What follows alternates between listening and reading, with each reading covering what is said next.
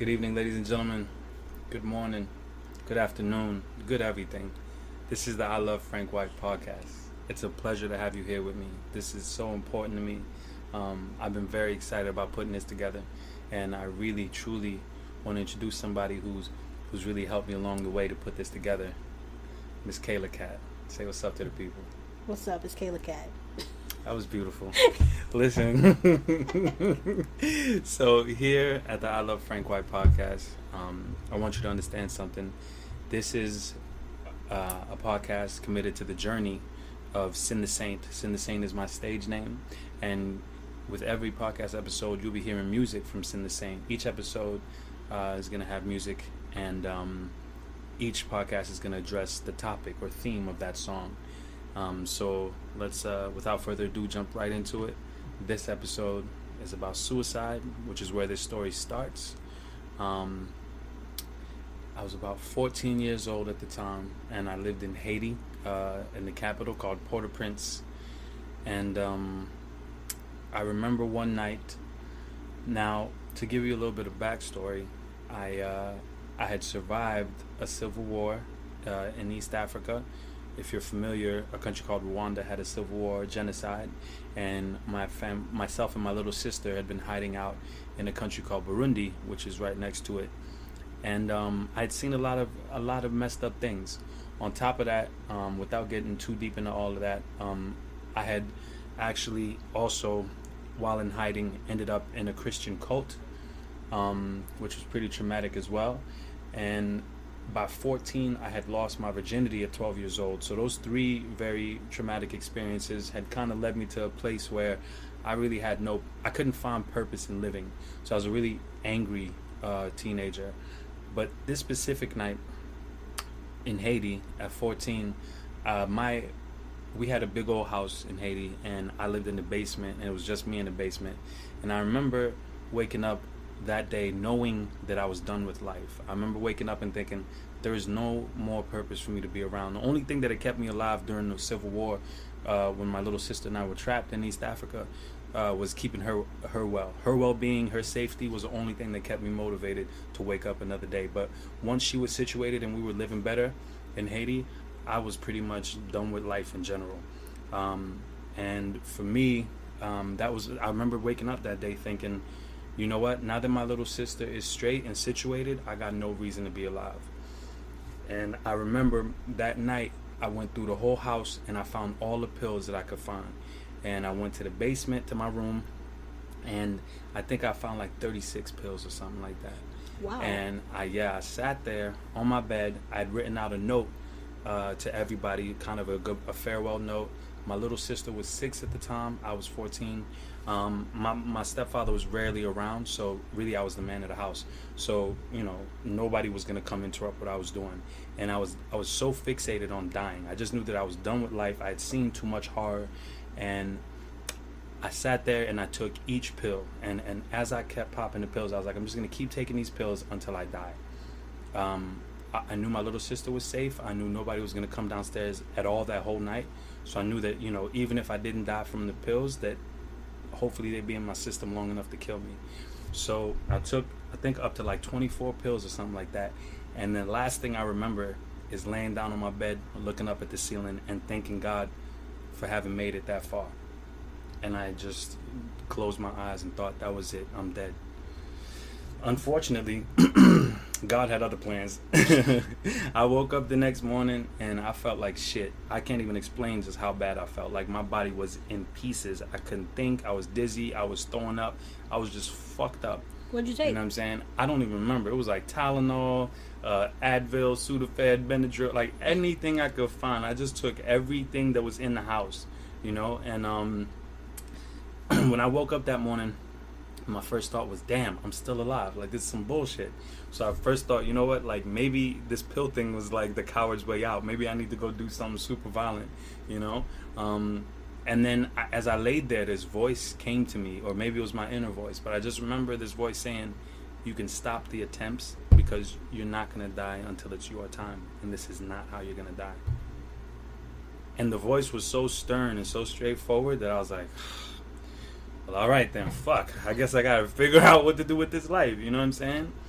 And so from there, I just remember restructuring my entire outlook on life. I was like, all right, well, I got to figure life out.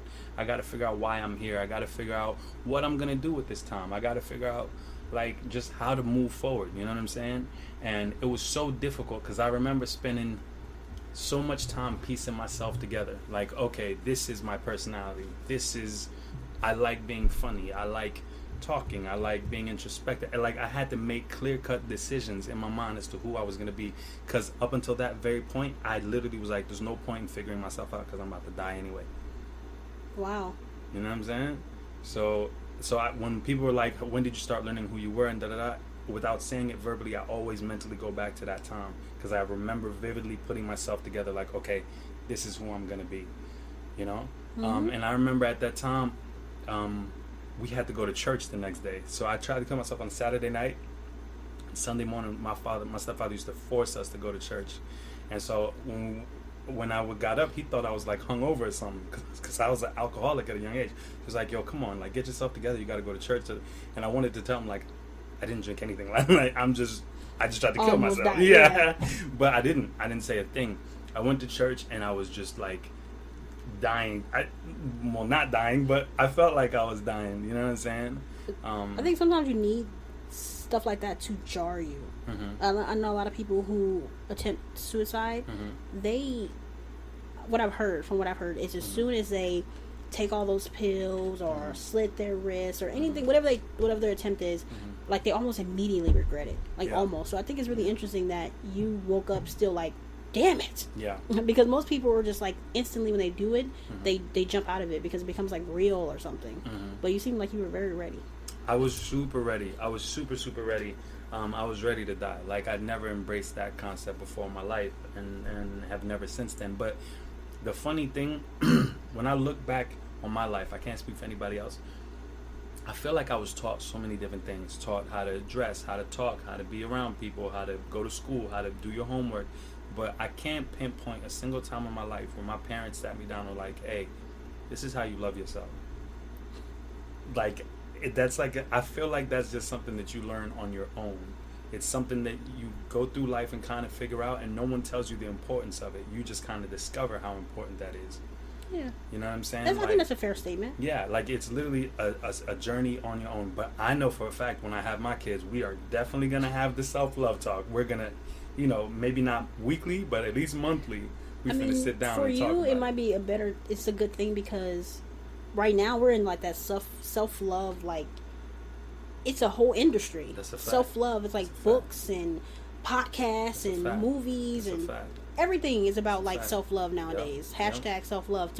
Like, seriously, I feel like everyone is hashtagging that. So the good thing about it is that when you do have children, whenever that may be, soon, please let it be soon. Oh my goodness, I'm not ready for a little Frank White. Like, no. I can't. Imagine more than one of me. That'd be too much. That's a lot of forehead. Your kid gonna be 14 hours old. I'm gonna be like, yeah, he's definitely an asshole. That's how I'm gonna know he's mine, though. Right. So I don't have to worry about that. He come out too nice. Yo, something ain't right. That's it. He come out with a normal forehead. I'm like, this is not my child. Where is the 5 head? No, I definitely, you know, life is crazy, because it's like, and you know, a crazy part about suicide is that, like, you feel so alone in that moment. I can't explain how alone I felt, and you know, as many people as there were in the house, I felt so alone. Like, that kind of it was a sense of like, there is no one here to get me through this. Even though my sister was upstairs, even though she was only 6 years old, we had a gardener, there were adults around that could have, like, you know, I could have talked to. But in that moment, I just felt so alone, and it felt like something I absolutely had to do.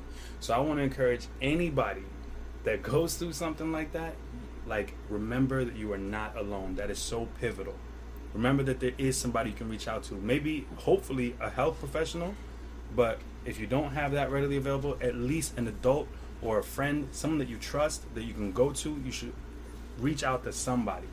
Because the worst part about that suicide attempt for me was just how alone I had convinced myself I was, and how alone I felt. You know what I'm saying? No, I totally understand. And I think because of some people's situation, it's not really always about going to another person, because I remember attempted to take my life. I'm just be honest with you. I'm too nosy for that. I gotta see how this shit turns out.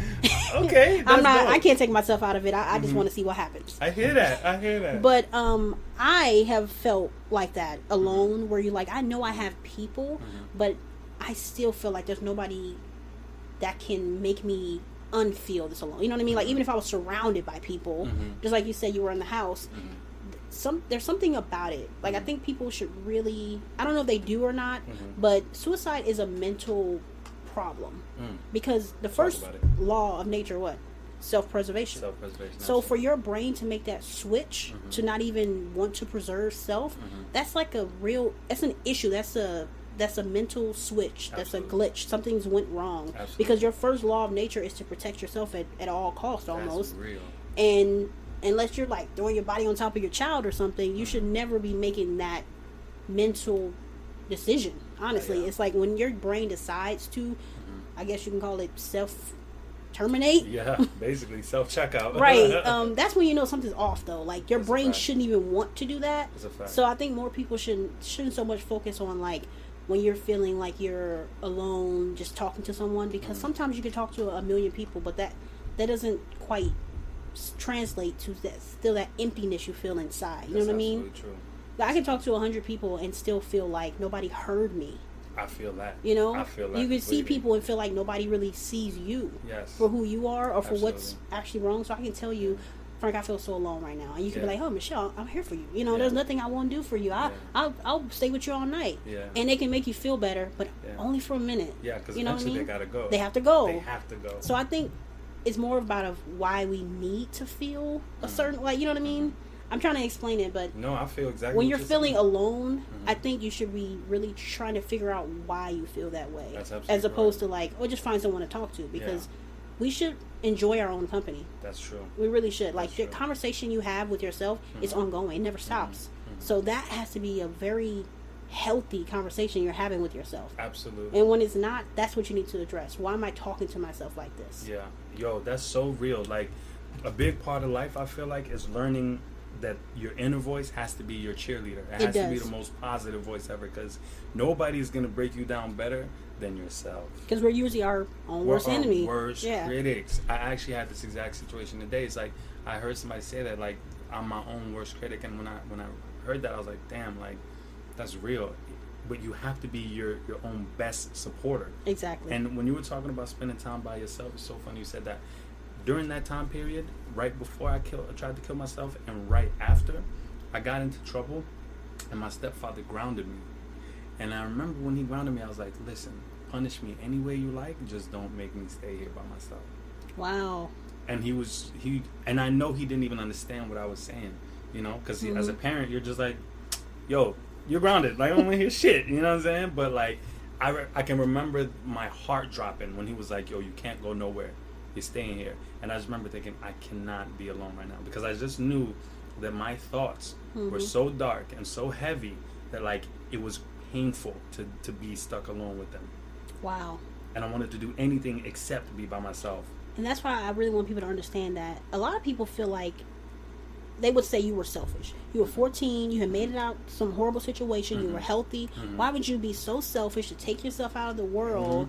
And it's like, it's not even about that. It's not. Sometimes a person is just going through something and they can't see their way out of it. At all. You can't see the other side of it. It feels like this is the end. Yep. So a lot of people would say, you're so selfish, people dying every day. Why would you want to take yourself out of it? How can you be like that? And it's like, because they don't understand, you're not thinking about everyone else. You're in your own head. You're doing all this self-damage to yourself. So you can't even grasp that, like, that you're healthy and that somebody else would die to be in your shoes. You know what I mean? Yeah. So when I started working at the suicide hotline, tell me. Let's talk about it. I got a lot of snide remarks from people because I was super quiet. I liked being alone. Okay. My family literally was out looking for me one day, and I was in the closet. What? Like, my aunt had convinced herself that I left, or that maybe I was taken, or something bad happened. What? You know what I mean? But that's how much I liked being alone. I didn't even want to be in my room alone. Wasn't even enough. I had to be in my closet. in the dark. That's a superpower to somebody like me. That's right. Hearing you say that sounds like a superpower. I was really in my closet, earphones on, jamming to music with my boombox. Damn, let's go. Right, so they're looking for me. Even coming in my room, I can't hear them saying, "Where is she? Where is she at?" So I come out. Nothing's wrong. Like, you know. Like, what's y'all problem? What's going on? Everybody's like, where the hell have you been? That's so crazy. When I started working at this the suicide hotline, I remember my cousin making a remark saying, how the hell are you going to go to the suicide hotline? Aren't you depressed? Oh, shit. Yo, we got to stop joking about we stuff like do. that. We really have to stop. Because we try to make light of all I can laugh about it now, but I remember at the time feeling like people had put me in a box. That's crazy. You know what I mean? They like did. I couldn't enjoy being by myself without somebody saying, "Are you depressed? Yeah. What's wrong with you? Because you ain't got no friends." You know what I mean? That's because they couldn't do that. But when I went to work there, it wasn't the people who were the most outcast. Okay. These were people who were just functioning adults, members of society, saying like, "I want to pull a bullet in my head." You know what I mean? That's crazy. That's crazy. That's funny you say that because there's no look. You know what I'm saying? It's not. You can't read it. You can't. It's not like people that feel suicidal want to hurt themselves.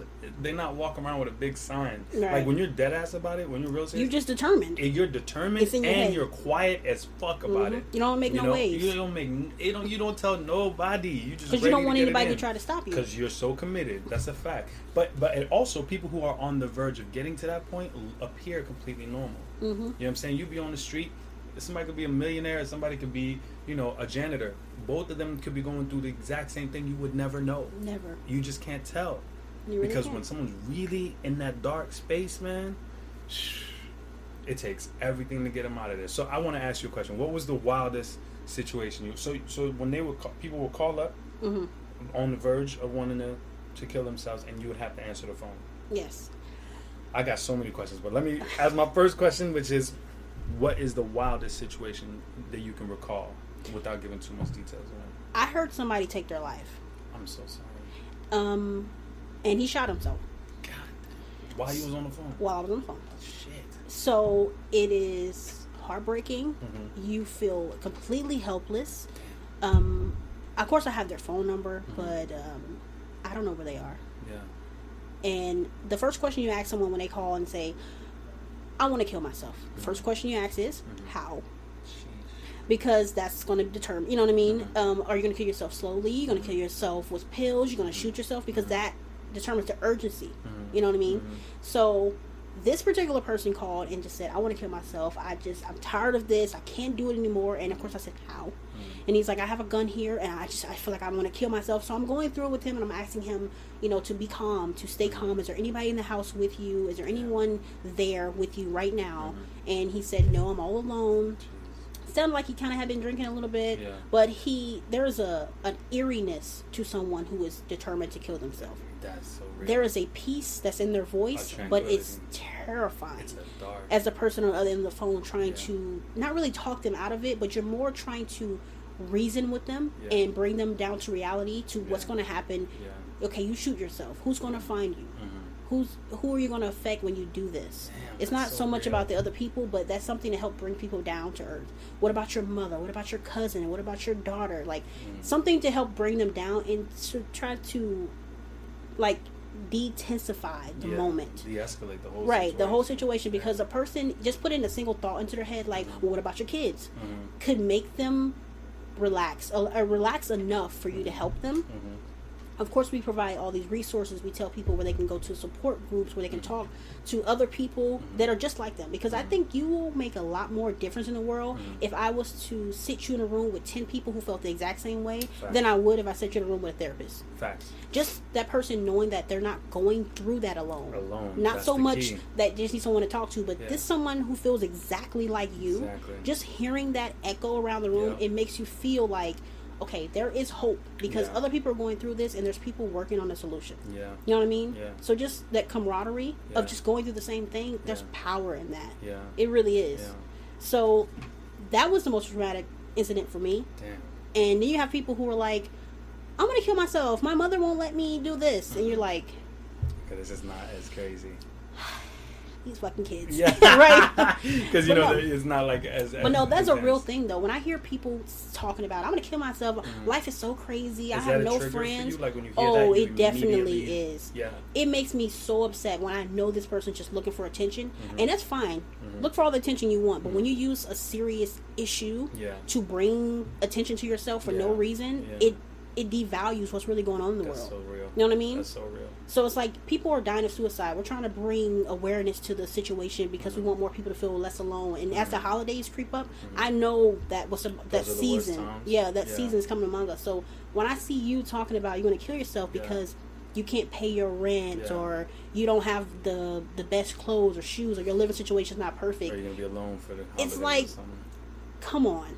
You're not in that mental space where you're actually going to harm yourself. So the next person might be saying that 2 days after Christmas or something, and we're gonna blow them off because everybody says that when they're feeling kind of alone. But no, everybody doesn't say that. And somebody could really do it. Yeah. You know what I mean? Yeah. And that's another reason why some people don't say it, because they know that nobody believes somebody's going to kill themselves. As crappy as my life could be, even if I had no money, no job, no anything, I'd be like, I might as well fucking kill myself. And most people would just be like, yeah, it's not that bad. It's going to be all right. Yeah. But I could really be on the verge. Yeah. You know what I mean? Yeah. So if you're dismissing it all the time, it becomes something that people just tend to dismiss. That's crazy, but you're right. But I take it so serious when people say it. It pisses me off when I know somebody's not serious, because I know what it looks like when someone really wants to kill themselves. Yeah. They become a little more distant. They might start giving their belongings away. Yeah. Like, so if you were just doing it for attention, it drives me. Oh, it definitely triggers me. I can imagine. Let me ask you, when not to bring you back to that moment, but I gotta know, was there a point when you knew there's nothing you can say that's gonna change this man's mind? Or did you believe all the way up until the moment that there was you was gonna find some kind of way to I believed. I believed. You really did? I did. I believed that this was going to be another call that was a little intense, but I can get through it. I was a volunteer, by the way. Really? I wasn't this wasn't my job. I was just getting paid. You were angel. I wasn't getting paid. Yeah. So I did it because... Jeez, that's a lot wow, okay. So that was the moment for me. It became like a mission. Yeah. You know what I mean? Yeah. There's one thing to volunteer for something, and just in all honesty, it was a curiosity thing for me, Yeah. Yeah. So I was like, so it's a hotline, what? I had called one myself. Yeah. Really? I did. Okay. I didn't want to kill myself when I called it, but I wanted to see what they were going to say. Yeah. So it was a curiosity for me when I even got into it, but that moment is when it switched. Wow. That's when it was like, if I can prevent this, like just in life, then I will. Anywhere that I go. That's beautiful. But yeah, it took me to another, in a way it humbled you. Okay. You know what I mean? Okay, how did it humble you? Well, for one, you appreciate life instantly.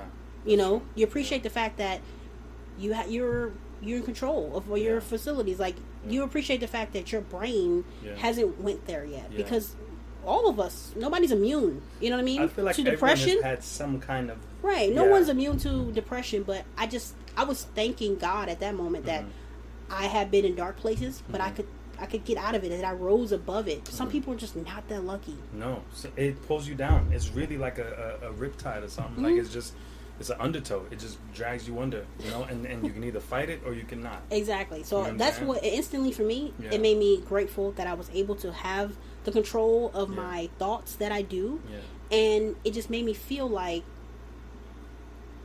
your problems are just not that important. Yeah. You know what I mean? Yeah, someone's always dealing with something much heavier. Yeah, that's so funny because my stepfather, he's seen a lot of the hardships that I've seen too, because he was around for a lot of that, and I remember when I once told him, like, it's too much to carry. Like, I think I was like 15 or 16, and I was like, all my traumas are becoming too much to carry. And he was trying to find me a therapist, and I don't even know if he intended to say this, but he looked at me and he was like, just don't forget, whatever you've been through, there's always somebody who's been through worse. And at the time when he said it was almost, it felt dismissive. And I was like, man, fuck this dude. Like, this motherfucker, like, yo, you're half the fucking reason I went through some of this shit. Like, you could have prevented some of this stuff. But when I got a little older and reflected on it, I remember thinking, you know what? Actually, that's exactly right. That there are people going through way worse situations, and that if they can get through it, then I can get through it. I remember seeing like a burn victim on Oprah, and I remember thinking, yo, I don't know if I could be brave enough to walk around if I was, was recovering from a burn situation. So like being presented with visuals of other situations that people had overcome, I realized, you know what? Maybe I can, maybe not get over my own problems, but at the very least, I can find a way to carry my traumas. You know what I'm saying? Do you think that there's ever a time when somebody's trying to kill themselves and you should let them? Because I have found instances, and I know people who've dealt with this, where it's like I've seen them, they have a family member who's constantly going to that place. There's constantly like, I want to kill myself, every few months or every few weeks, like at some point. And then I've seen family members literally go, you know what, let them. If they want to do it, they'll do it. There's nothing we can do about it. It's funny you say that, because I brought my sister a knife one time. Wait, what?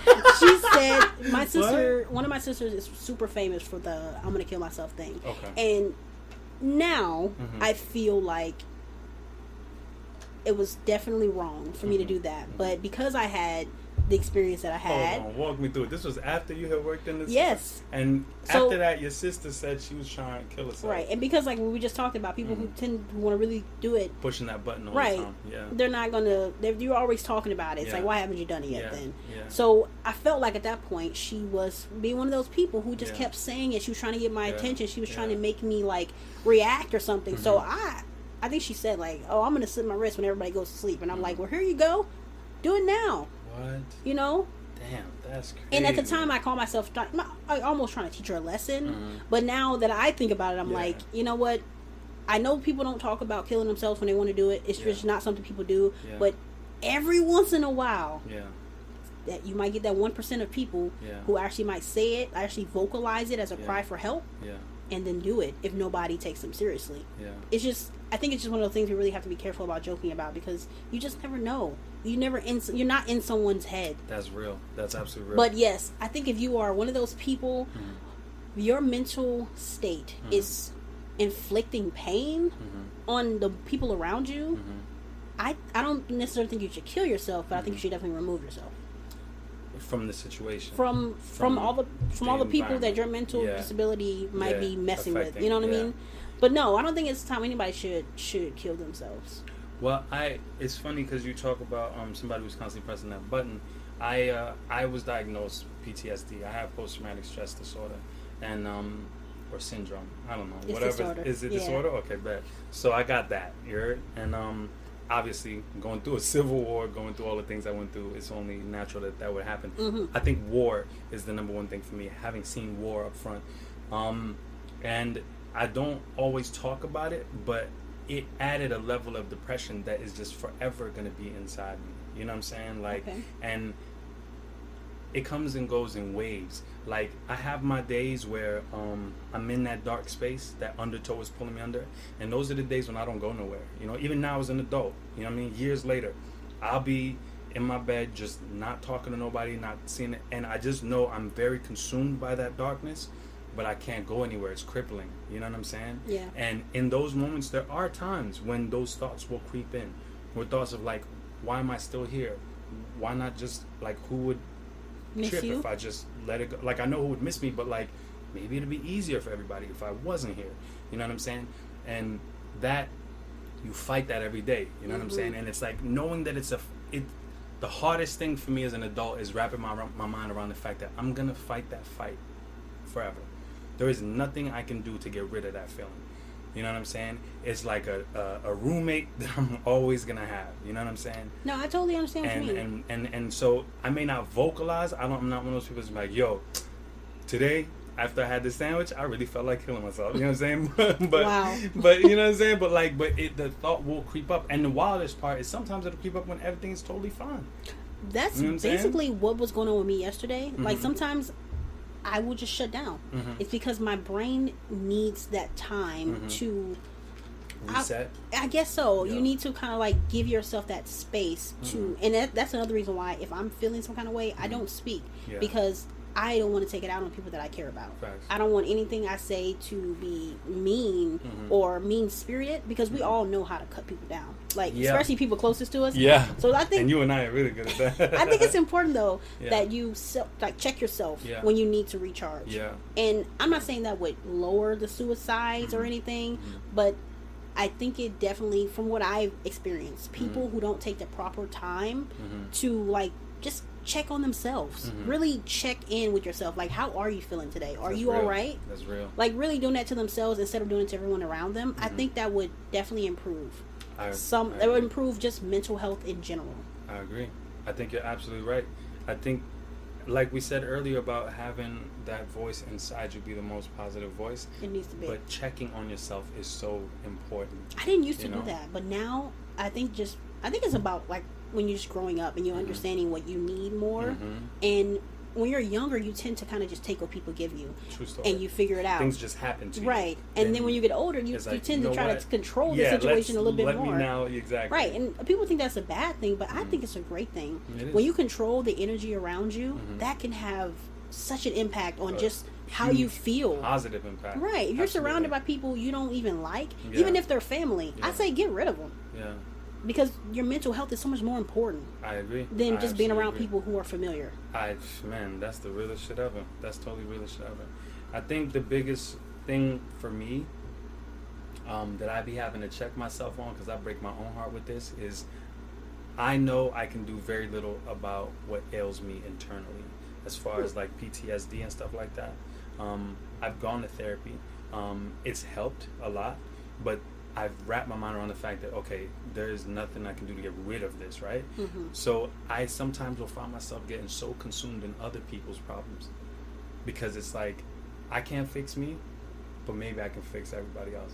And I will overextend myself to everybody. And then when I'm having one of those days where I can't go nowhere and I'm crippled and I'm in the room, shades down, just can't talk to nobody, then I sit there and I'm like, why won't somebody come help me? Right. You know what I mean? And it's like, ultimately, I need to help me. I need to save me. I need to turn on myself. But you feel I can only describe it as a crippling feeling, you know. And the funny thing is, I remember, and it's not funny, but I remember hearing about Robin Williams passing, and it broke my heart, because I grew up watching Robin Williams, and he was the funniest person ever, and he, like, in so many ways inspired me, you know, from acting to just personality to things he would say in the character, and even his interviews and the jokes and everything. I saw myself in that. And I remember hearing that he was fighting with depression and all that. And I was like, man, like, it made me realize, damn, to many people that I interact with, I'm the funny dude. I'm the, I've gotten people telling me, yo, I miss your energy. Yo, like, we love being around you, da-da-da. And I'm just sitting there and I'm like, none of these people would know that I'm fighting with this. Because if you did take your own life, we would all be like, mad people would be shocked. Like, Frank? No. This nigga won't stop cracking jokes. Right. How is he the nigga struggling? How is he sad? Right. Yo, but it's a real thing. I see that in myself a lot too. I am always in my own head. I'm the overthinker, you know, so I'm always overthinking every interaction I have with people. So even if I'm like the funny one, because most of the time people will say I'm funny, it's because I'm just being myself. You're hilarious. Right. So put that out there. You're really fucking funny. Thank you. Okay, go ahead. But I think people would be like that with me too. They would. I think people would be surprised to figure out to know what I think about constantly. And I always think about this, even though I have no interest in taking my own life. What would people say about what they found when I go? Because I have so many like emails that I've emailed to myself. Dear nobody, dear me, dear self, just letters and pages of me just like talking about what I'm feeling inside. That's journaling. That's really journaling. You know what? For me, I guess that's my coping thing. That's absolutely journaling. As a writer, I think it just kind of became natural to translate that over. That's incredible. I think so too. I think more people should do it, but I think we should check on people more instead of just the whole, you know, how you doing? I'm good. How are you? We really should just be like, no, how are you? You know what I mean? And just be reminding people that the person that takes care of everybody, the funny person, that's who we should check on, and that's who we never check on ever. Right? You're like, oh, and I know she's good. Yeah. You know what I mean? Yeah. I know Frank's not tripping. Yeah. And you know, it's funny you say that. But yeah, absolutely. a lot of times, I don't even know if people think I'm being funny or not, but a lot of times when I check on my friends, I'll start with the how you doing, everything good, and then I would immediately follow up with how you doing internally. I'll be like, well, how you doing internally? And some people choose to answer it, and then other people just be like, this nigga, I already told you I'm good. You know what I'm saying? Like, and I understand, but like, I always ask, because you don't know. It could be the strongest person, it could be the weakest person, it could be the funniest person, it could be the saddest person. You don't know what anybody is going through. You gotta ask those questions if you care. You know, exactly. No matter what place, and I tell my friends this all the time. No matter where we're at, if we've fallen out, if we're whatever, no matter what happens, if I had love for you at one point, I'm gonna always have some type of love for you.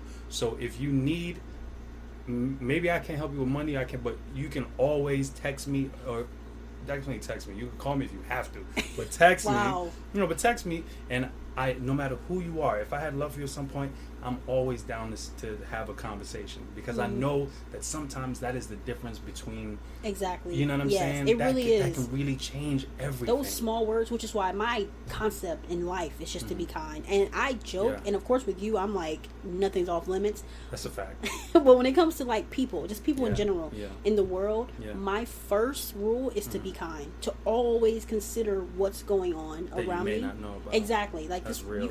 I think that day, even though it's not something I think about too often, it definitely changed me. It changed me internally to always be looking around. I feel to always be looking for something that someone's not saying. The signs. You know what I mean? Yeah. I'm always thinking about that. Like, is this person okay? Are you sure? That's like one of my main questions I ask people when I check on them. Are you good? Are you sure? Yeah. Because just even that, are you sure? That can make people feel like, well, maybe this person actually does want to hear what I have to say, and they're not just looking for some generic, I'm fine, I'm good answer. Absolutely. Yeah. You know, it's funny. When there was one, I really believe in karma. I believe in things happening in life, happening in cycles, right? So I told you at 14 I tried to kill myself. I remember one time I was on a date, right? And my date and I were walking home from the restaurant, and this was in Washington D.C. and there was like a little bridge. If you've been to D.C., there's a neighborhood called Georgetown, and then there's Northwest right after, and there's like a little bridge connecting you to Georgetown. Anyway, so we're walking from the restaurant, and we cross this bridge, and as we cross this bridge, I look across the bridge, and there's a woman there with her legs over the bridge, about to jump off. Wow. I was holding my date's hand, right? I immediately ran over to the lady on the bridge, and I wrapped my arms around her from behind. And I was like, I'm going to need you to not jump off this bridge. And she's like, who are you? Let me go, da-da-da. And I thought to myself, if I say, my name's Frank, I'm just a random ass nigga that's trying to get you to not jump off this bridge, I was like, there's no way this bitch is going to be like, get the fuck, and then jump, right? So I was like, I'm a police officer. Oh, wow. I dead ass. I was like, I'm a police officer. My name is Officer Frank. I want to make sure that you do not harm yourself. I know that there's someone out here that cares about you. I need you to come off this bridge. And I was just holding her, right? Wow. And she would not move, but we ended up having a whole conversation for a good 10 minutes maybe. And then eventually... With your arms around her? My arms around her, and we was just talking. And she was going, basically just spewing out why she had to jump out. And I was like, and I just kept going, I understand, but I can't let you jump off this bridge. As an officer, it's my duty to make sure you don't jump off this bridge. And let me tell you, as a former criminal, like, I could never bring myself to say fuck the police, because I know somewhere out there, there's police officers using their power for good. You know what I'm saying? Exactly, yeah. So I was like, so eventually, she was like, okay. And I literally... As I'm pulling her off the bridge, her husband comes running. You know what I'm saying? And he, like, I don't even know how he got there, but he came at the right time. Because in my head, I was just like, now that I've got her off the bridge, how am I going to keep her off this motherfucker? So he pops up out of nowhere, and he's like, oh my God, you saved my wife's life. She told me she was going to do this. I didn't believe her. But I came to check anyway. And you saved her. Thank you. You saved my family. You saved my life. Wow. And my date is standing there looking like, did this nigga orchestrate this shit? Like this is very extreme. I already like him. This is too much. But like, obviously it was completely unexpected. And so I told the husband, I was like, make sure you stay with her. Don't leave her side. My name is Officer Frank. Here's my phone number. If you need anything, call me. Oh my goodness. And so they never called me, but somewhere out there's a couple that thinks Officer Frank helped them. How did you not stay in touch with this woman? I didn't. I think these things just happen, and that's just it. You know what I'm saying? You know what? That would be really cool. It would be nuts, to know, right? like, if she like had a beautiful family. Because I think the reason she was gonna kill herself was she was pregnant and like they was having money? some kind of marital situation. I don't know what the issue was, but she just was not ready to take care of the baby, and he wasn't. I don't know, whatever the issue was. It was around the baby. So I would love to like see them and know that like they had a beautiful, beautiful life. I would like to see kids this kid. grew up and everything was, you know what I'm saying? Wow. So yeah, and then as we were walking home, my date looked at me. It's so funny. I'll never forget. She looked at me. She was like, "What are you, some kind of angel or something?" She don't even know you. Like, "Girl, you don't know me. You don't know me well enough. I'm actually a criminal. Yeah. I just pretended to be an officer to get this job done." But when that happened, I believe in karma so much, so I really believed in my mind, like, there it is. I paid it back. You know what I'm saying? The moment of me taking my own life and how selfish that would have been and how reckless it would have been and how many people I would have hurt. Yeah. I paid that back to the universe. You know what I'm saying? And that literally gave me closure about it. And That's that was good. that was like 10 years later. You know what I'm saying? So life is crazy like that. You know what I'm saying? Yeah, that is really like I don't think it was the most I could ever say I've ever saved a life. Mm-hmm. Well, my ex says that all the time about me, that Mm-hmm. I saved his life. Mm-hmm. And he never actually articulated exactly what that meant, but basically he would say that he thought about it a few times, and I was there. I wasn't trying to be there. I was trying to be with him. But he was saying, you don't even understand like how your presence saved my life. That's all it takes, man. It really is. It's just like sometimes it's a word, it's a phrase. You know, it could be like a reminder to bring to somebody's attention, like what's going to be important or what's going to be impacted. I still can't really wrap my brain around suicide because I've never been in that dark of a place, but I respect it. It's like respecting nature for a tornado. Absolutely. It can wreak havoc, but it's very powerful. It's so powerful. But when I realized how powerful my words were, that's why I'm always kind. I'm a little abrasive. No, I'll give you that. Kind before, overall. You're yes, definitely kind overall, and I'm you're a very kind considerate. person because I know you're overly considerate. That's all it takes is that little bit to make a difference to someone. Yeah. And I think that's for me, just in life.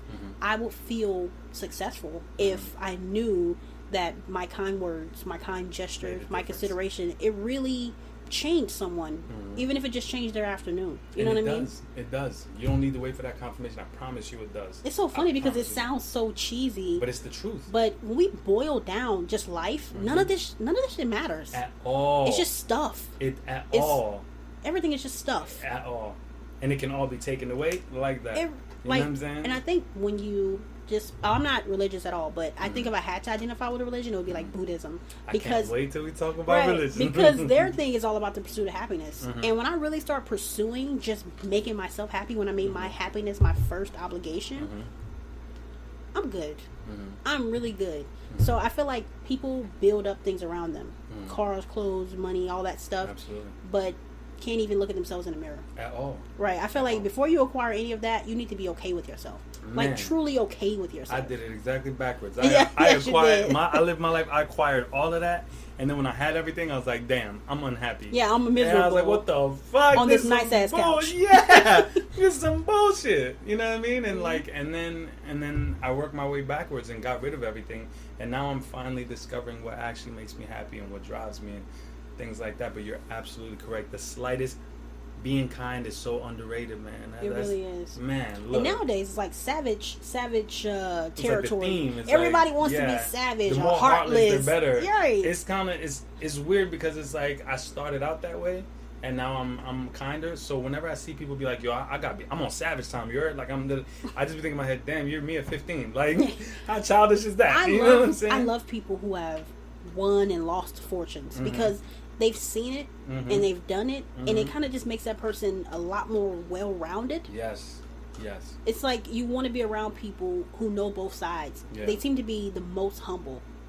I can't say that I'm the most humble. Maybe I just didn't get enough success. Not quite. I only cracked the 6-figure mark. You're still working on yourself, so you'll get it. But I hear what you're saying in the sense of what I do have is a deep appreciation for everything.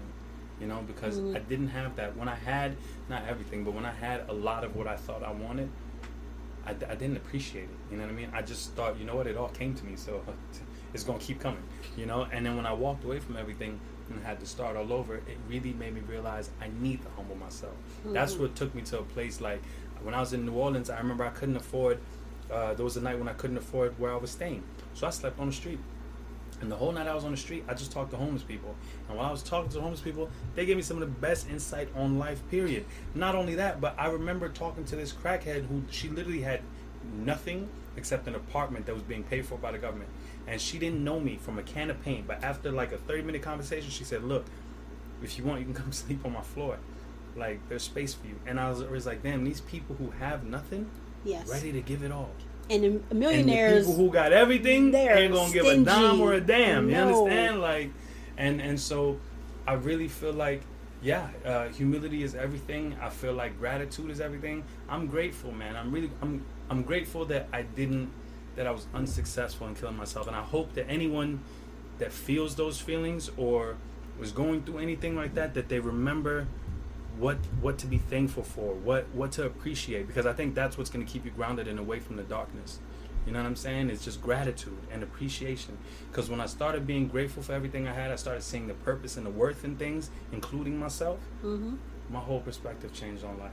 You know, I could enjoy a conversation, and a conversation didn't need to be about what I can take from you or how I can get further in my career. It was literally just, what can I learn from this? And let me give more of myself to this because it's giving me something back as well. For me, it was like, I thought I wanted so much stuff, but I didn't want any of it. It was just something I thought would make me feel good or feel better. But now, I'm not saying I don't have anything, but I live right now, just put it this way, my life is as simple, modest as you can make it, right, as it's ever been. Simplicity is everything. It really truly is. I really believe I'm going to be one of those people who just has like a nice house with one couch in it. Like, listen, minimalism was really underrated. You know what? I did that thing. I did the minimalism thing. I wore the same thing literally every single day. And it wasn't like I was sitting in front of my mirror for a long time trying to figure out what I was going to wear, but just knowing that this is what I'm wearing, it's like a mental pressure is taken off. It's something about it. And I feel like when it comes to like suicide, people fill up their lives with so much unnecessary stuff, they forget about all the stuff you do need to be happy. And when you take all of that out and you put everything else in, it actually can make you miserable. Absolutely. Like truly miserable. Absolutely. We can drive ourselves crazy. We really do. And get so consumed, you know? With all the BS. So consumed with things that don't matter at all. Like, life is just way too short for any of that. You know what I'm saying? And, you know, it's funny because one thing I was thinking about earlier when you were talking about suicide and trying to figure out, like, how the person's going to kill themselves. I remember when I, it's not funny, but looking back on it now, I chuckle because it's like, I remember thinking, okay, I can go outside and try to get hit by a car, but that's gonna be crazy. Somebody might see me and try to stop me. I can slit my wrist, but all I kept thinking was, I could do that. That's probably the easiest. Get in the bathtub, slit my wrist, call it a day. And I was like, damn, it's gonna be hella messy. My little sister's gonna see it. Probably gonna find you. You know what I'm saying? It's gonna be, that's too much. You know what I'm saying? And it's a graphic image that'll never leave her head.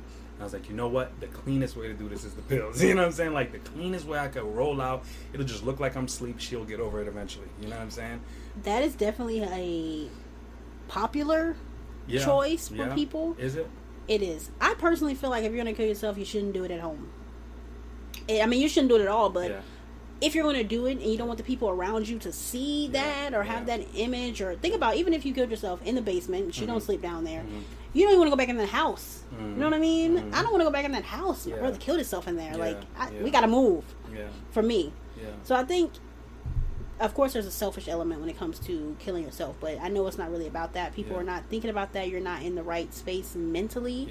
But still, I just hope at home is probably the most selfish part of it, I think I could say.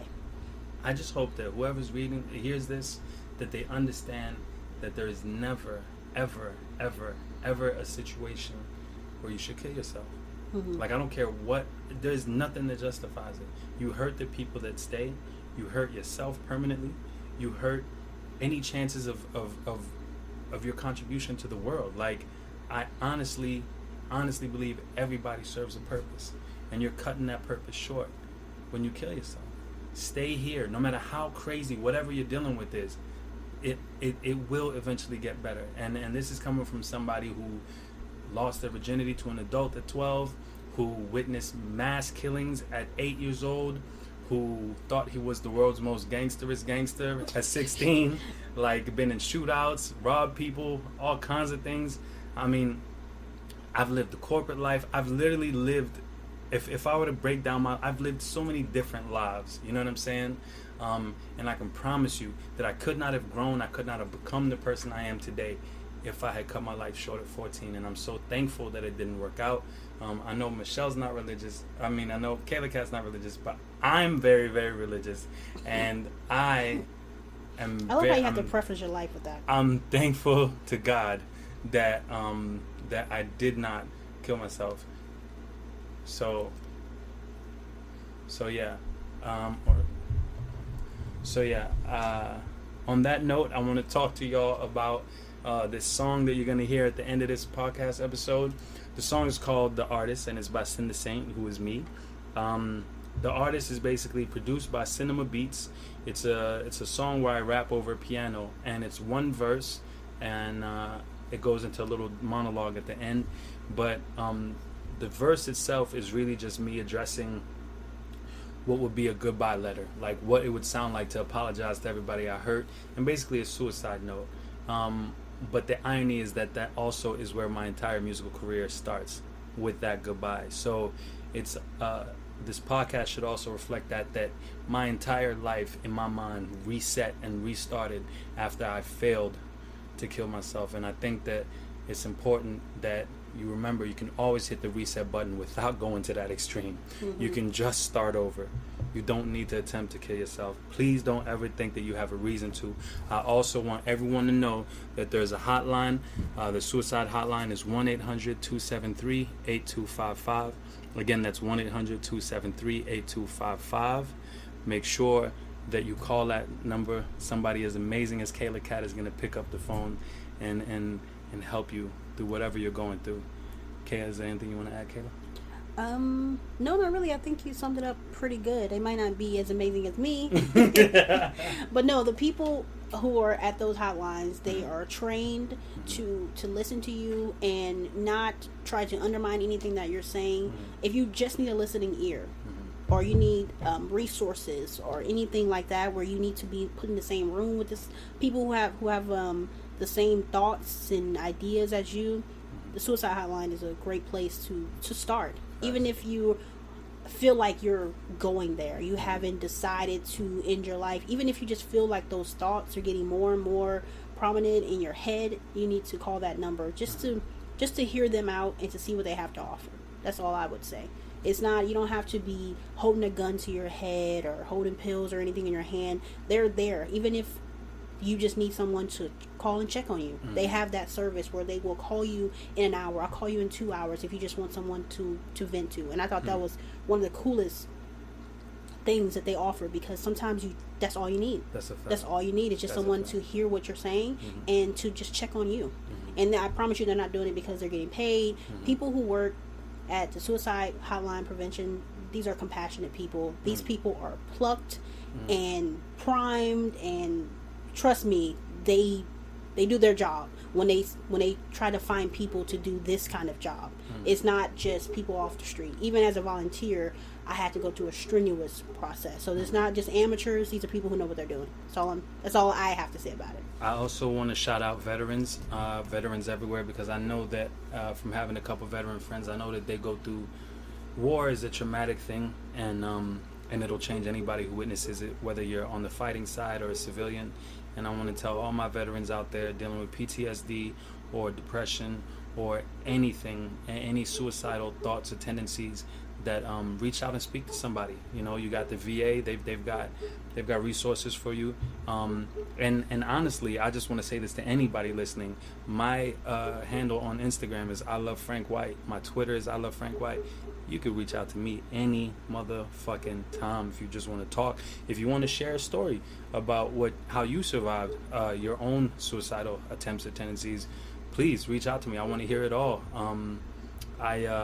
This is about love. This entire podcast is just about self-love. And I hope that one day everybody learns to love themselves, because that is so important. Yeah. You have to be a beacon. If you've made it through, a person like Frank, who's made it through, and you can tell your story, just be a beacon for other people, because sometimes that's all it takes. It's just knowing that someone else made it through. That's right. And we're going to all make it through. And I want everybody to be great. It's the kid, Frank White. It's Kayla Cat. And it's the I Love Frank White podcast. Catch you later. My name is Sin the Saint. My company is called The Enemy. The New Middle East Empire. The New Millennium's Educated Entertainment. It's nice to meet you.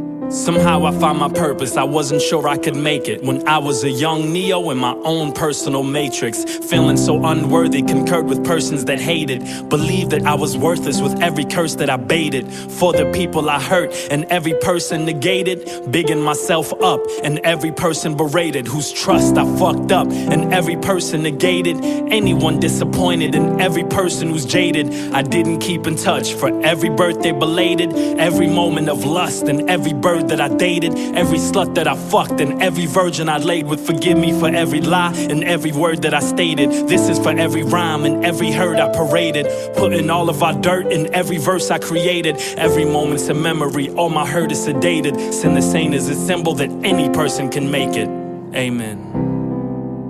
What's your rapper name? First of all, I'm not a rapper, I'm an artist. And my name is Sin the Saint. What does your name mean? Sin the Saint is an artist that makes music around three themes: lust, wrath, and redemption. It's a representation of the constant conflict, the constant contradiction between good and evil. How do you want to be remembered? Honestly, I hope to be remembered as a great. Death comes in threes. 3 syllables in the name, 3 albums. And I'm 3 times better than the competition. If you're listening, know that I appreciate you more than you'll ever know. And if you get the message, the positive message, underneath all the dysfunction, the negativity, then spread that message.